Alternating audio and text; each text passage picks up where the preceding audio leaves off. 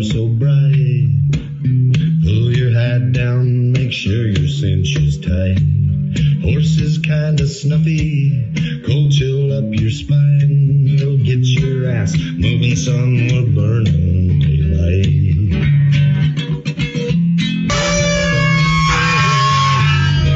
Howdy there, I'm Matt McKinley and we're burning daylight. In the saddle till the job's done right. Welcome to Burnin Daylight, the only podcast for the working cowboy. So, after the current events update, what we got going on today, I think it's a little more interesting. I guess I can't take away from the entertainment value of the current political climate. It is entertaining, but it's also kind of sad because this is real life. So anyhow, but this was also real life, and it was something I didn't find out till about a couple hours ago today, and pretty cool. So it's called the Sutton-Taylor Feud, and it's in DeWitt County, Texas. This was right after Civil War ended. Reconstruction is in full swing, so 1866 to 1873 is how long Reconstruction lasted in Texas. So, to put it all in perspective, Texas had just lost the Civil War. You got all the Confederate veterans coming home, and you've got the Union forces in charge, making decisions, trying to figure out the best way to integrate the South back into the Union. In the meantime, the leader of the Union at the time, Abe Lincoln, he was wanting to take a very hands-off, catch more flies with honey method to reintroducing the South, but just so happened there was a fella from the South that did not really see eye to eye with old Abe, and he shot him in the back of the head, jumped off a balcony, broke his leg, and was later hung. Maybe he got killed in the shootout, I can't remember which. But anyhow, that left Andrew Johnson in charge of, basically dealing with Reconstruction. And if I remember right, Johnson was a pretty pro-Southern Republican. And maybe that's not right. I can't remember. Anyhow, Reconstruction was a pretty awful period of time. It was basically martial law in the South. So you still had Union troops. The war's over. You still had Union troops stationed there. And all your politicians were basically handpicked by the Northern Republicans. And they pretty well just imposed their will upon the entirety of the South. And in Texas in particular, what we had in this particular rivalry was basically what they called carpetbaggers. So northern, somebody from the north that moved into the South after the Civil War, whether to capitalize on the economic turmoil or to rise up the political ranks, whatever the case may be. There was a lot of that going through the South, and the Southerners, the former Confederate soldiers, really took it pretty hard. Obviously, they just fought a 4-year war against sometimes their own family, and they lost, and now they're getting treated like shit in their own homeland. And so there's a lot of strife. In the meantime, Texas, it's still a frontier state, and Texas had a pretty rocky go of it since the beginning. So I believe it was 1836 is when Texas declares independence, wins independence from Mexico, and becomes just the Republic of Texas. And then a couple of years later, joins the Union as the state of Texas. A couple of years after that, secedes from the Union and joins the Confederate States of America. And a couple of years later, gets beat, rejoins the Union, and this is all in the span, so that was 36, in the span of 30 years. You're a part of Mexico, then your own, then you're part of the Union, then you break off, join the Confederacy, you lose the Confederacy, and now you're back in the Union, all in 30 years. So just a little bit less than my lifetime. I've never seen anything close to that sort of thing happening, except maybe the whole Ukraine, Crimea deal. But anyhow, it's just been a crazy couple years. Tensions are running high back in Texas. So all these soldiers are coming back home. A lot of them are ranchers, and in the meantime, the Texas Rangers were basically what was left back to fight the Indians and the bandits and whatnot. Think of Lonesome Dove. This was kind of, this was Call and Gus. That was what they did, and but it was mostly at the time it was young boys and older men or whoever did not who got rejected from the draft from the Confederates. And then you get the war ends, you get all these troops coming back home, and there's a bunch of people moving back out west, not back out west, but moving out west, including a bunch of freed slaves.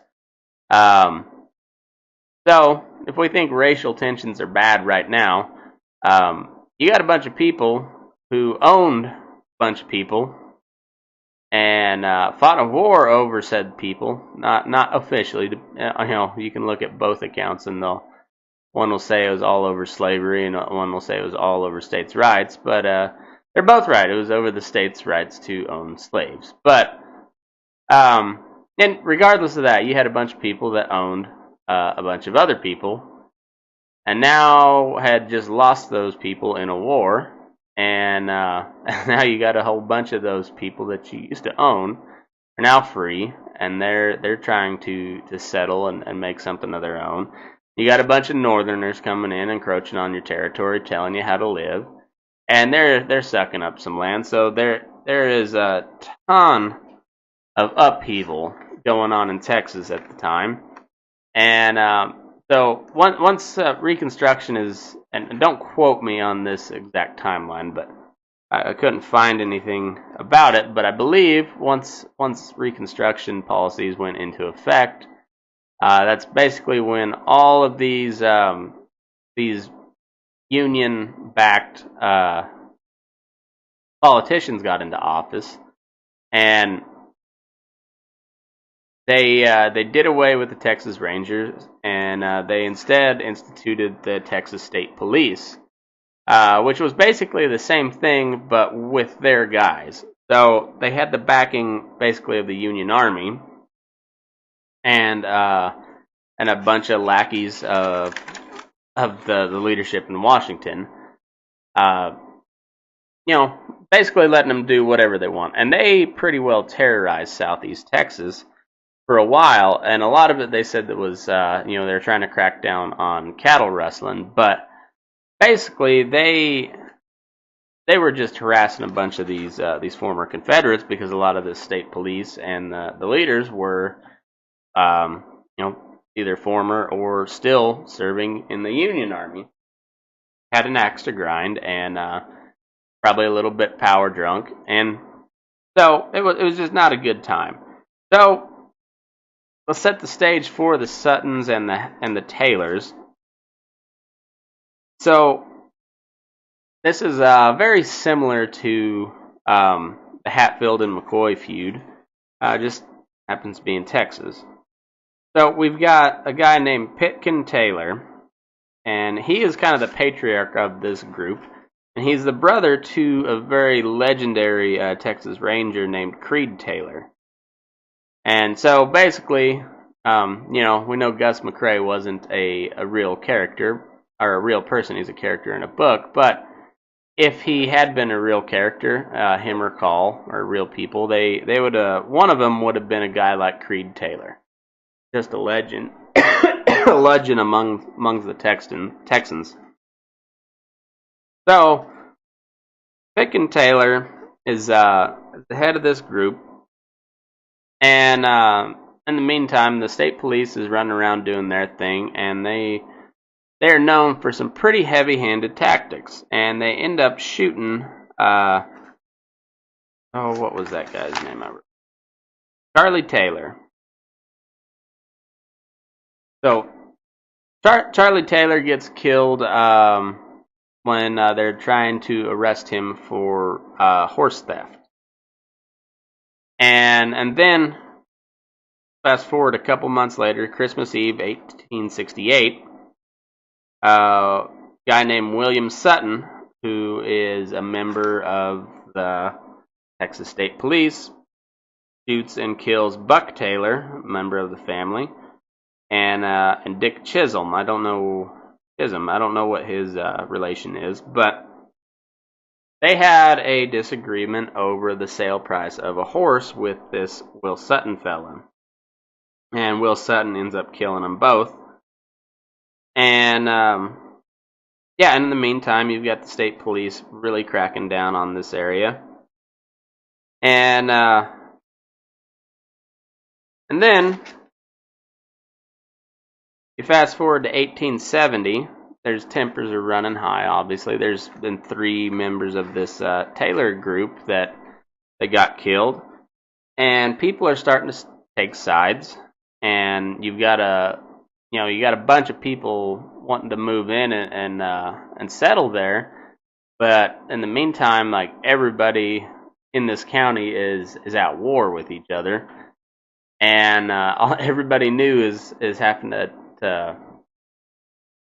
pick a side, and they may not know what the hell's going on, but like it's got to that point where you got to be on one side or the other. There's no sitting the fence, and complaints are starting to get back to Austin about it.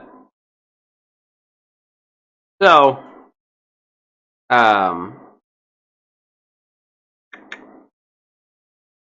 so 1870, in one of these state police crackdowns, which they would a lot of times, they would arrest people on some very menial, just kind of ticky-tack charges, and then never really even try them at all. They would just arrest them, and then a few miles down the road, they'd go ahead and execute them, either shoot them in the back of the head or hang them. And the guy that was in charge of the Texas State Police at the time was a guy named Jack Helm, and William Sutton was his kind of right-hand man. And so for a while it was called the Sutton-Helm gang. But as you'll find out later, it got dropped to the Sutton gang, and that's a little ways down the road. So, much like they'd been doing for a while, 1870, 2 fellas named Henry and William Kelly were arrested on some really ticky-tack charges. And they just happened to be son-in-laws to old Pitkin Taylor, the patriarch of the Taylor clan. And they get marched down the road about 4 or 5 miles or something like that. I don't even know how far it was. And they get executed. Just so happens that old Pitkin Taylor's daughter, I think it was Henry Kelly's wife, she was in hiding and just happened to witness this whole thing. So it was a pretty nasty thing, and this and a bunch of other events kind of like this. Word got back to Austin, and Jack Helms is fired from the state police, but he's still a deputy sheriff in this DeWitt County, Texas, where all this is going down. So fast forward a couple years, there's been some skirmishes and stuff, some fights, but no real killings from what I can tell. Um, this is where shit really kicks off. So Pitkin Taylor, who's a pretty old guy at this point, he's asleep one night, and he gets lured out of his bed into one of his fields by a bunch of these Sutton sympathizers. They got a cowbell, making him think one of his milk cows is out, and so he goes out there in the middle of the night and to round up his cow. He gets shot by a bunch of these Sutton supporters. And remember, these are state police, so they're all lackeys of these northern carpetbaggers. And it's from what I can tell, it seemed like these guys just really had a hard on for the whole Taylor clan. But they shoot poor old Pitkin Taylor in his field, and he survives for about 6 months, but then he dies from complications to it about 6 months later. And so now you've got Charlie Taylor killed, you got Buck Taylor killed, and you got Dick Chisholm killed, and now you got the two son-in-laws that were killed, and now you've got the patriarch of the clan that gets killed in his own field, or basically he gets shot down in his own field, dies 6 months later. And so his boy Jim Taylor is just pissed off at anything and everything, and he is going to go avenge his old man's death. So, April 1st, 1973, worst April Fool's joke of old Will Sutton's life. Will Sutton is sitting in a saloon in Cuero, Texas. Cuero, I'm not sure how you pronounce that. Cuero, Texas. Will Sutton sitting at the bar, and Jim Taylor shoots through the saloon door, hits him, wounds him, but doesn't kill him. He survives. And then just so happens that these Taylors are related to, by marriage, a fella named John Wesley Hardin. If you're a connoisseur of gunfighter history, you'll know who John Wesley Hardin is. He's widely renowned as one of the deadliest pistoleros of the old West. He was kind of a deranged psychopath, very, very good with a gun. He was married, or he was related to the Taylor clan by marriage. He was also a big pro-Confederate guy, much like, well, pretty well all of Texas, except for this new influx of people. But all the original Texans were very strong Southern sympathizers, obviously, because they fought a damn war. But John Wesley Hardin was one of them, and so he joins in, and him, and along with Jim Taylor, they find Jack Helms. It doesn't say what day. I could never find that date. But in May of 1873, he's at a blacksmith shop, and they go ahead and shoot him down, kill him dead. And then in June, old Jim tries another time to ambush old Will Sutton, but Sutton escapes. No damage done on this go around. So twice he's evaded capture, and he's starting to get a little nervous, if you know what I mean.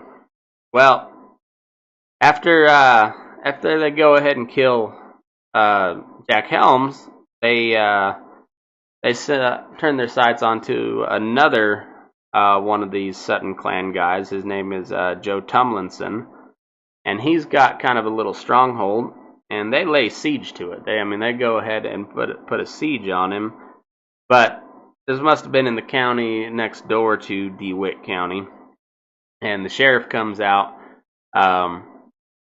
talks to him, talks him down. They resolve their issues, and they get a ceasefire, peace offering, and that lasts for just a couple months. And violence erupts back again in December of 1873. And in this time, Will Sutton is really not feeling good about life. And he goes ahead and tries to escape with his wife and family. And he's on a steamship in Indianola, Texas. He's headed on his way to New Orleans. And he gets gunned down by Jim and Billy Taylor, both brothers. And right there, him and his buddy Gabriel Slaughter. I don't know what relevance he has to this, but couldn't find much on him either. But he must have been pretty high up in this whole outfit because he was right there with Will Sutton, who's now after Jack Helms gets killed, he's in charge. He's the head of the Texas State Police, and shit's just getting too as Bubbles from Trailer Park would say, things were getting way too fucky for old Will Sutton, and he was heading out and headed to New Orleans, but right there on the dock, Jim and Billy Taylor, they shoot those two down right in front of their wives, and then they make their escape. But there's still a whole bunch of Sutton's crew, so at this point, Reuben, what was his?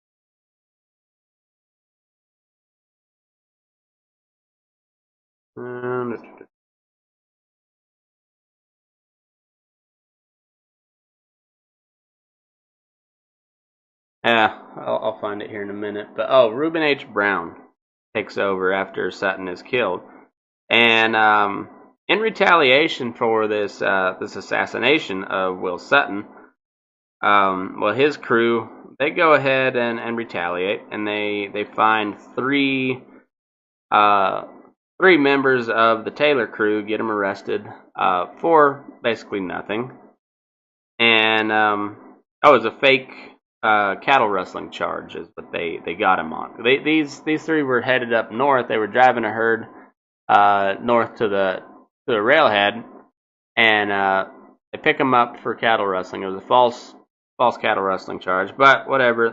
They go ahead and lynch him, and it just it was brutal. I mean, it was brutal. So anyway, 1873 when Reconstruction ends, and a bunch of pro-Confederate politicians get elected, and the Texas State Police is still there, still ran basically by the Union Army, but in the meantime, these old Confederates they get reelected, and they reinstate the Texas Rangers. And their first order of business had like a special force within the Texas Rangers, but they're just for this task. But their number one goal was to head over to DeWitt County and get shit back under control, because it is starting to look bad on a national stage. There's a lot of people that are starting to not stop in Texas to settle. And of course, that means less recognition on the federal level and national level, probably less tax revenue, all that good stuff. It just doesn't look good for the state of Texas to have these fucking hillbillies in DeWitt County fighting each other over just what it basically amounted to was a bunch of pissed off Southerners getting picked on by a bunch of equally pissed off Northerners that were probably a little bit drunk on power.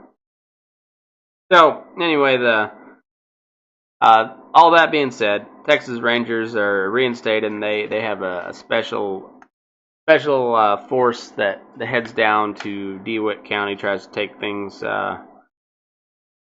back under control, but they're not really very successful.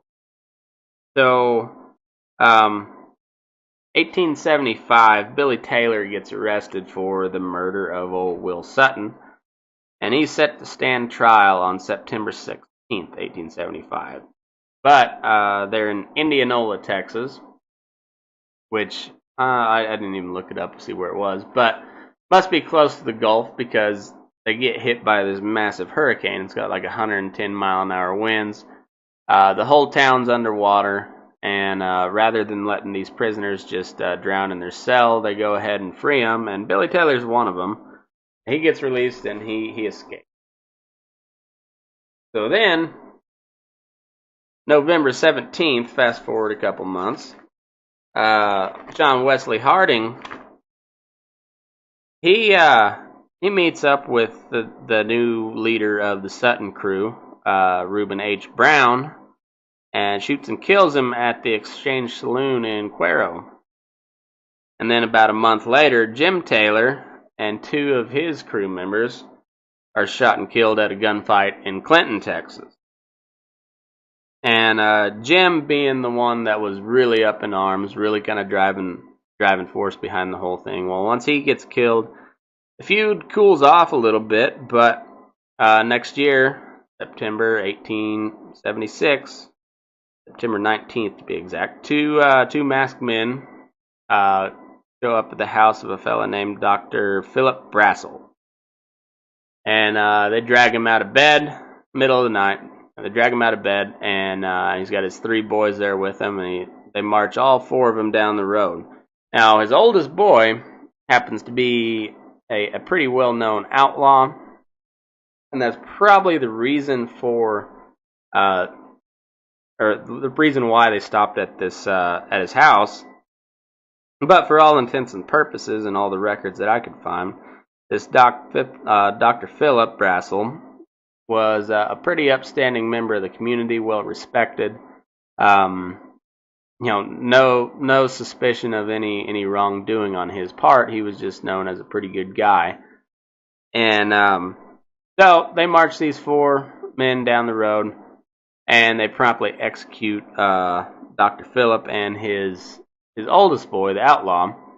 The two younger boys, they were able to run away and escape into the woods. But this caused a pretty big stink because, like I said, this is an upstanding member of society, and with all this violence and everything and all this shit, people are just really kind of getting tired of it. But at the same point, they both sides, on either side, you've got about 200 followers of of the Sutton clan or the Taylor clan. It's basically the whole county, but there's a lot of, I'm guessing there was a lot of people kind of on the border. They picked a side because they had to, just out of sheer survival instinct. They really didn't like any of it that was going on. And I think that there was just kind of a loud uproar after that. Just like, hey, this is one of our best and brightest, and we can't be having this shit going on anymore. So Texas Rangers are called in, and they're like, the state legislature is like, shut that shit down, care what it takes, get it done. So they end up arresting 8 different men. They go to trial, or attempt to go to trial, but the hell of it is these sides are very entrenched, and it's a lot of family involved, and nobody's saying shit because, stitches get snitches. Snitches get stitches. And so not that they're only able to convict one guy, doesn't say who, anywhere that I could find. I read several different articles on this, and I never could find who was convicted. But he later got pardoned, and that was kind of the official end. I don't know what you'd call it, but I guess that was when this feud finally got put to bed. The leader of one side got killed. 3 of the leaders of the other side got killed, and all told, 22 people from the Taylor crew were either lynched or shot, and about 13 of the Sutton crew were killed, and nobody really won. It was seemed to be just more of a personal issue. There was kind of a conspiracy theory floated around about this story that this feud was from way back in like Virginia before they even moved to Texas, but there's not any sort of records or evidence to support that. But really, it was just kind of disgruntled Confederates versus asshole carpetbaggers, and when push came to shove, that fight that had just went on for 4 long years was still pretty fresh in everybody's mind, and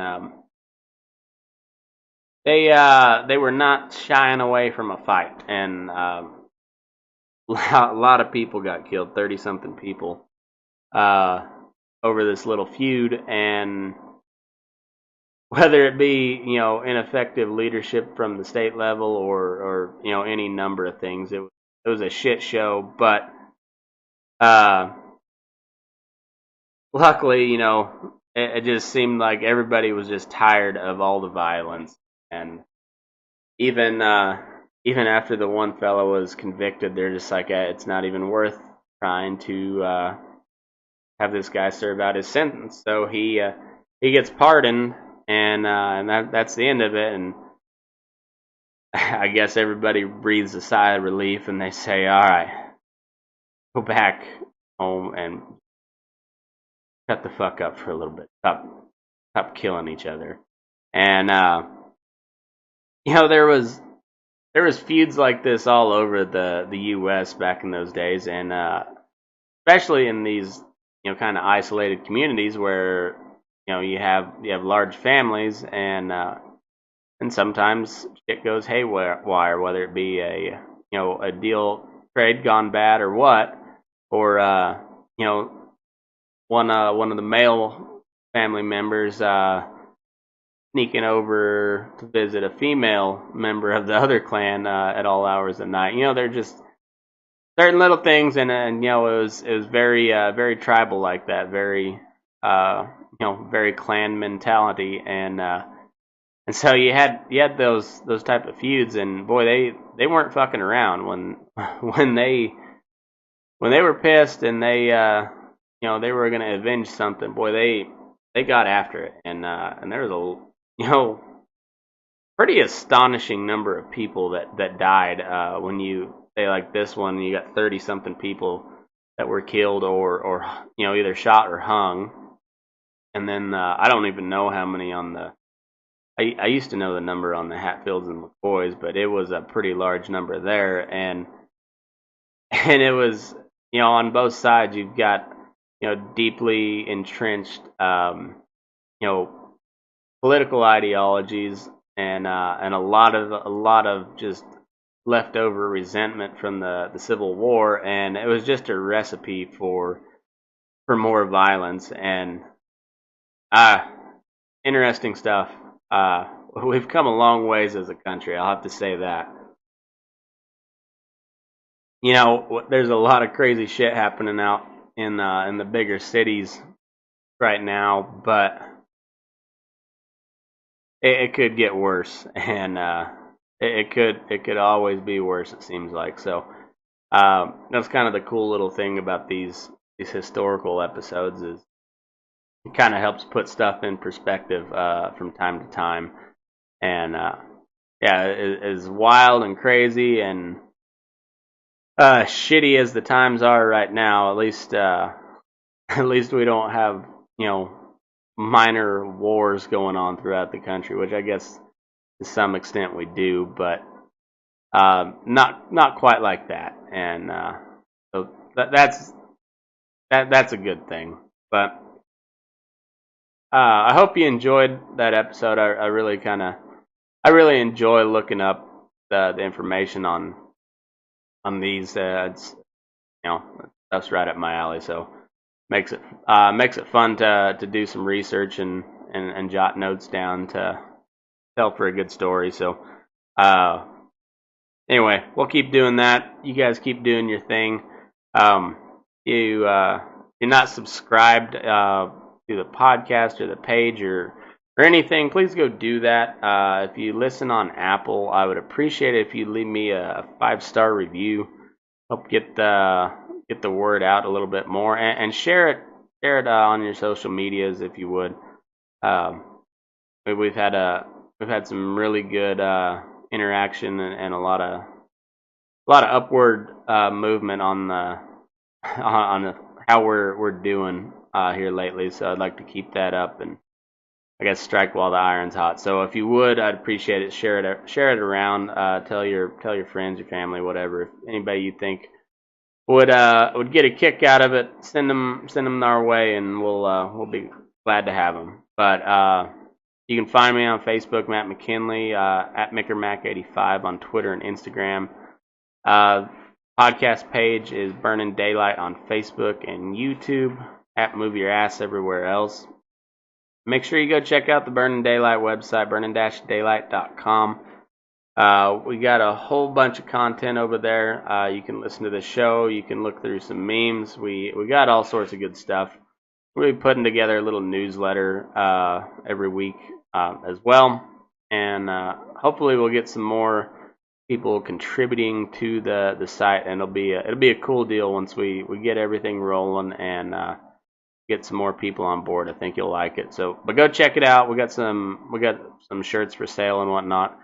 But more than anything, just keep tuning in and keep trying to put something good together for you. So, hope you like it.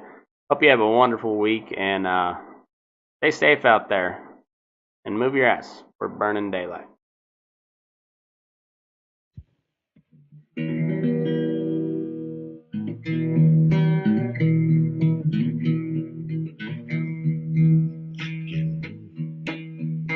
Your eyes up in the morning, beneath the stars so bright. Pull your hat down, make sure your cinch is tight. Horses kinda snuffy, cold chill up your spine. You'll get your ass moving, son, we're burning daylight. Burning daylight. Burning daylight. In the saddle till the job's done right. Burning daylight. Well, life is just a gather, and you won't catch 'em all. But when you ride through the gate, make sure you sit up tall.